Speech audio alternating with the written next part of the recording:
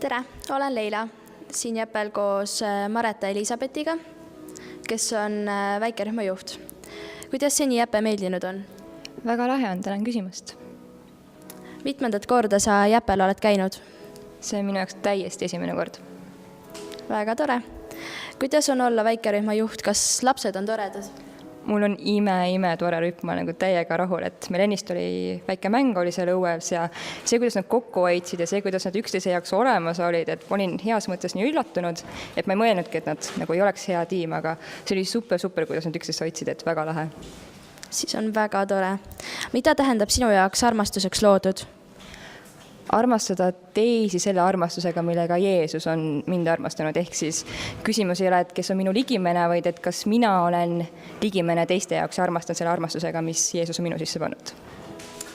Kas järgmine aasta tuled jälle Jäpele? Ma loodan küll, kui kutsutakse, siis ikka. Väga tore. Tänan teid vaatamast